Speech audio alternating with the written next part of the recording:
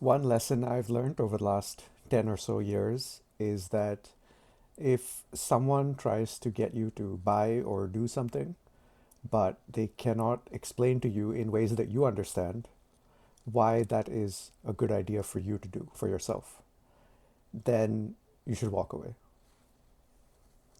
Because it's very common for people to use all sorts of emotions and peer pressure, especially guilt, fear, a fear of missing out, a fear of falling behind, to get you to do things and buy things that are not in your own self interest, but are in theirs.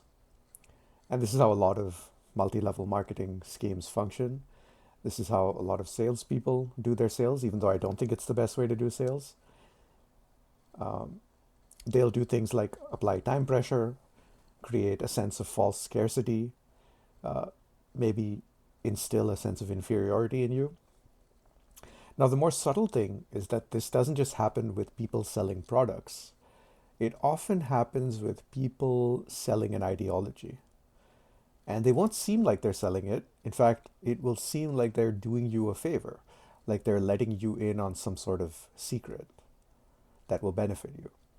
But this is often how cults induct members. It's to create this sense of them getting a benefit, but really what's happening is that they're slowly manipulating you until you see things their way. And until you're so bought in to the Kool-Aid that you can no longer see it from an objective perspective. So if you're ever in doubt of an idea someone is trying to convince you of, a stock to buy, a group to join, a hobby to pick up, whatever it might be, it can be good to talk to someone who has an objective frame of reference, who has no dog in the fight, who can just look at the facts and give you their opinion. And take what they say seriously. Don't get offended if what they say goes against, you know, your first reaction to the idea, especially if they're critical of it. I think this is especially important in today's world where there are so many ideologies going around, especially political, but also religious and social, socioeconomic, and otherwise.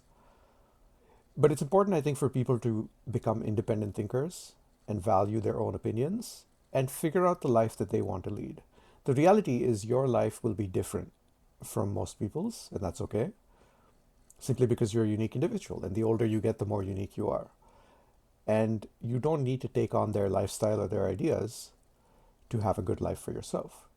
Like for me, I know that I would much rather live lean for 5 to 10 years and then have a nest egg to retire on, as opposed to living lavishly but retiring in 30 or 40 years.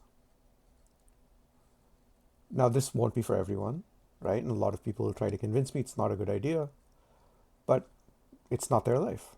Just like it's not their life if someone tries to convince you what to do next, what to think, what to believe, what to buy, and so on. So just watch out for these actors. Watch out for people who try to change you in ways that don't benefit you, especially when they can't reason with you. If they're trying to coerce you in some way, that's already a good sign that they don't have a very good reason. Because if they had decent reasons, they would be able to explain them to you. So yeah, always ask for an explanation.